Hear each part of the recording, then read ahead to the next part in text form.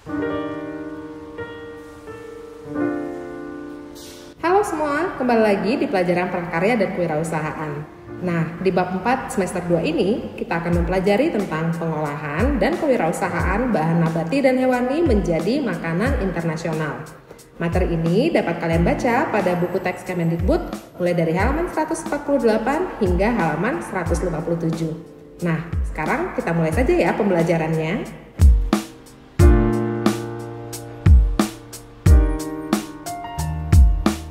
Selama hidupnya, manusia selalu berusaha untuk memenuhi kebutuhan pokoknya, yaitu sandang, pangan, dan papan.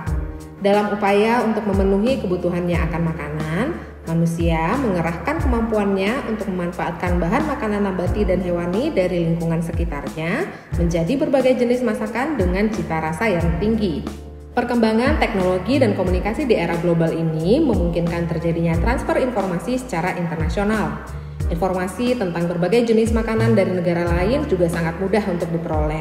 Terlebih lagi, jika seseorang mengunjungi suatu negara, maka kemungkinan besar untuk mengeksplor kuliner negara tersebut sangat besar. Nah, selain faktor tersebut, perkembangan wisata menarik turis asing untuk berkunjung ke Indonesia, misalnya ke Bali, Jakarta, Yogyakarta, dan juga Lombok. Kunjungan-kunjungan tersebut merupakan faktor lain yang patut dipertimbangkan untuk mengembangkan usaha pengolahan makanan internasional berbahan nabati dan juga hewani. Kegiatan awal yang dilakukan oleh seseorang sebelum melakukan suatu usaha adalah membuat perencanaan. Komponen perencanaan merupakan hal-hal yang digunakan oleh seseorang sebagai dasar pertimbangan dan digunakan dalam melakukan usaha pengolahan makanan internasional. Dan berikut adalah beberapa komponen perencanaan usaha pengolahan makanan internasional. Yang pertama, pemilihan jenis produk atau makanan internasional.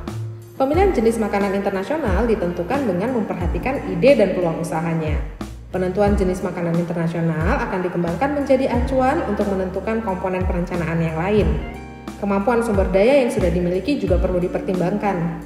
Penjelasan atau deskripsi tentang jenis makanan internasional yang dipilih bertujuan menjelaskan potensi dan juga arah dari pengembangan usahanya. Yang kedua ada kebutuhan konsumen. Analisis tentang kebutuhan atau permasalahan konsumen merupakan salah satu komponen penting untuk menetapkan perencanaan yang tepat.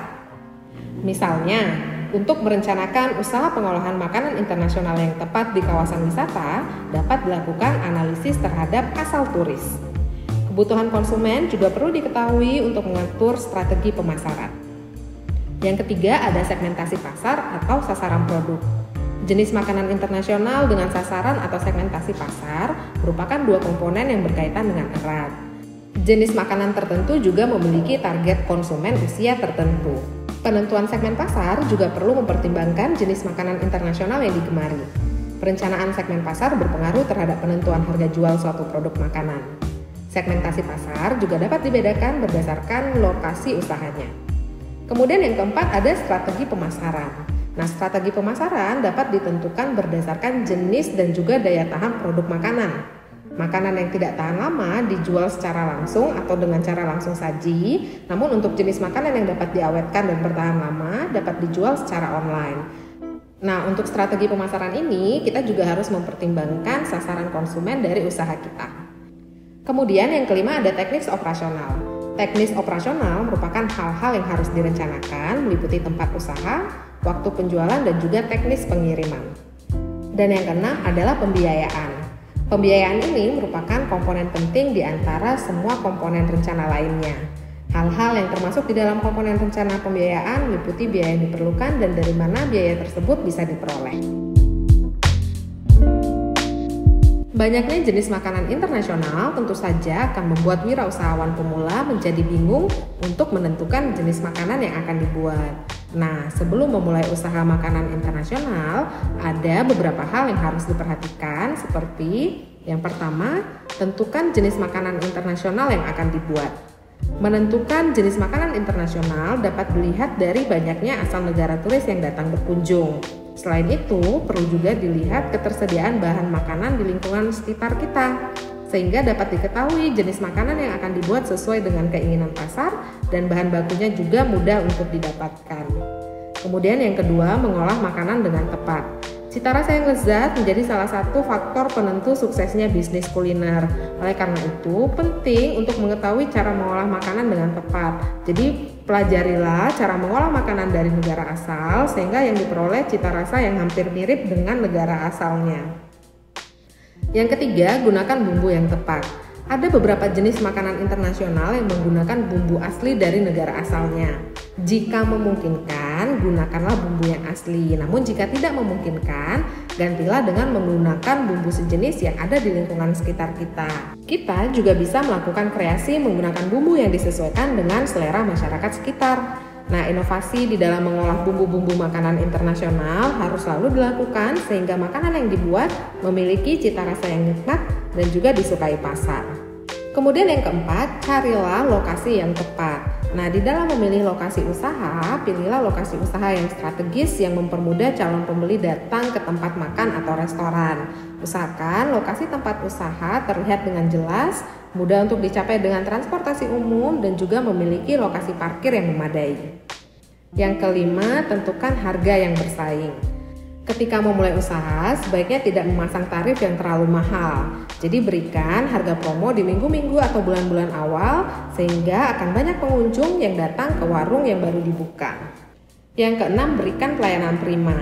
Berikan pelayanan yang berkualitas baik, misalnya melayani dengan cepat, cekatan, dan juga ramah. Hal ini nanti akan membuat pelanggan merasa puas dan juga akan selalu ingat akan usaha kita. Sehingga mereka dengan senang hati selalu datang ke warung atau restoran. Dan jangan lupa untuk selalu mengenali pelanggan tetap agar mereka merasa senang karena diperhatikan. Dan yang terakhir, konsisten di dalam pelayanan. Buka dan tutuplah warung dengan jadwal yang tetap. Jika ada perubahan, berilah pemberitahuan sebelumnya sehingga pelanggan tidak merasa kecewa karena datang ke warung yang tutup. Selain itu, berikan harga yang tetap. Jika ada kenaikan harga bahan makanan, dapat disiasati dengan memberikan makanan dengan porsi yang sedikit diperkecil. Konsistensi dalam kualitas melayani pelanggan, menjaga kebersihan, dan juga menjaga kualitas sangat dibutuhkan di dalam usaha makanan internasional yang baru dibuka sehingga dapat disenangi oleh pembeli.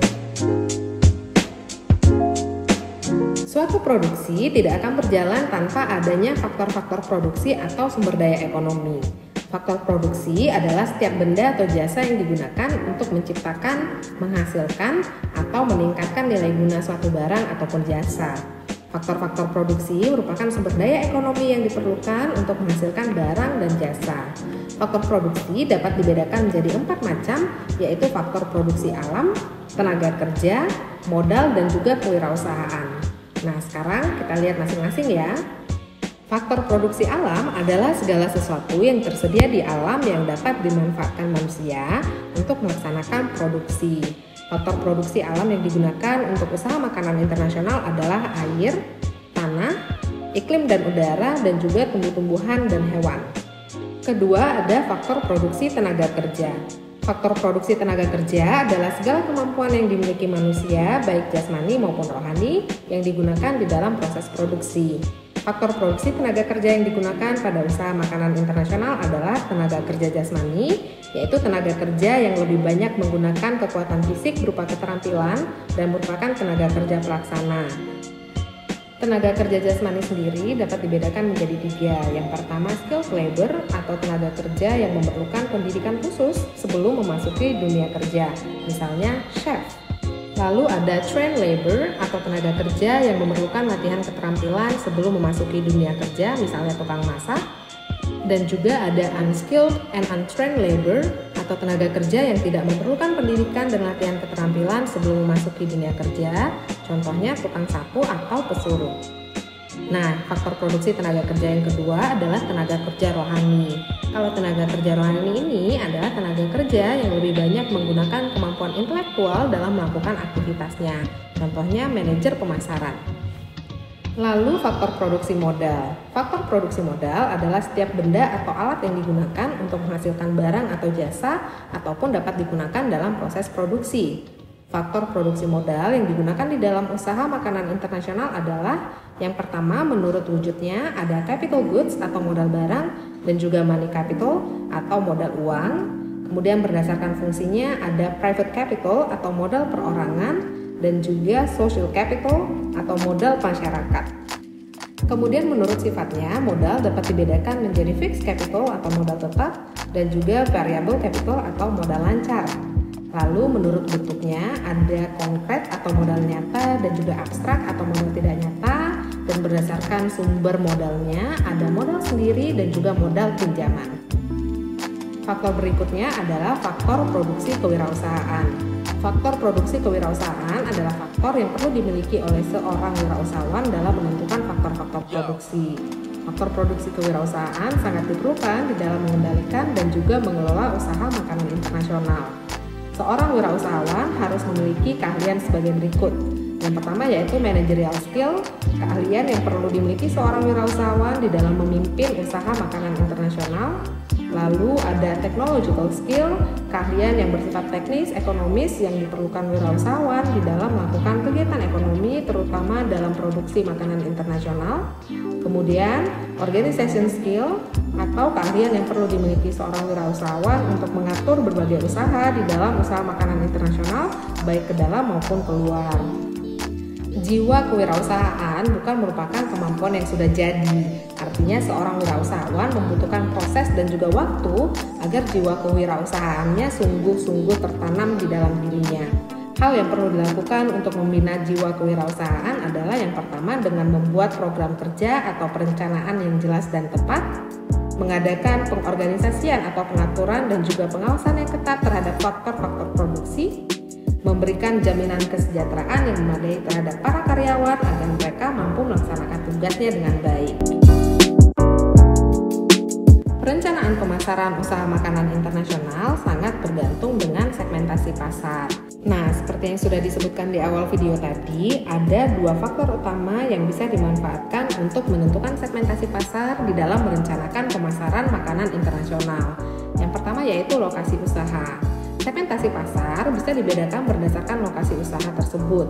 Oleh sebab itu, perhatikan kebutuhan dan juga minat konsumen di sekitar lokasi usaha agar produk yang ditawarkan sesuai dengan permintaan para konsumen. Yang kedua, harga jual. Para pelaku usaha biasanya membagi target pasar menjadi 3 kelompok, yaitu kelompok konsumen bawah, konsumen menengah, dan juga konsumen segmen atas. Nah, strategi pemasaran untuk setiap target pasar ini tentu saja berbeda-beda. Dengan menentukan segmentasi pasar sebelum memulai usaha, maka secara tidak langsung kita telah memilih fokus usaha yang ingin dioptimalkan untuk meningkatkan daya saing dan juga strategi pemasaran yang paling efektif untuk memulai usaha makanan internasional. Seseorang yang akan memulai usaha makanan internasional sebaiknya membuat perencanaan yang disusun di dalam sebuah proposal. Isi proposal meliputi penjelasan tentang visi dan misi, tujuan kegiatan usaha, maksud kegiatan usaha, profil usaha makanan internasional, strategi pasar yang meliputi segmenting, targeting, dan positioning, kemudian analisis SWOT sebagai kelayakan usaha, dan juga proses produksinya. Demikian video pembelajaran kita untuk minggu ini. Setelah ini jangan lupa untuk mengerjakan tugas yang telah Miss upload ke Edmodo. Sampai jumpa di pertemuan kita berikutnya.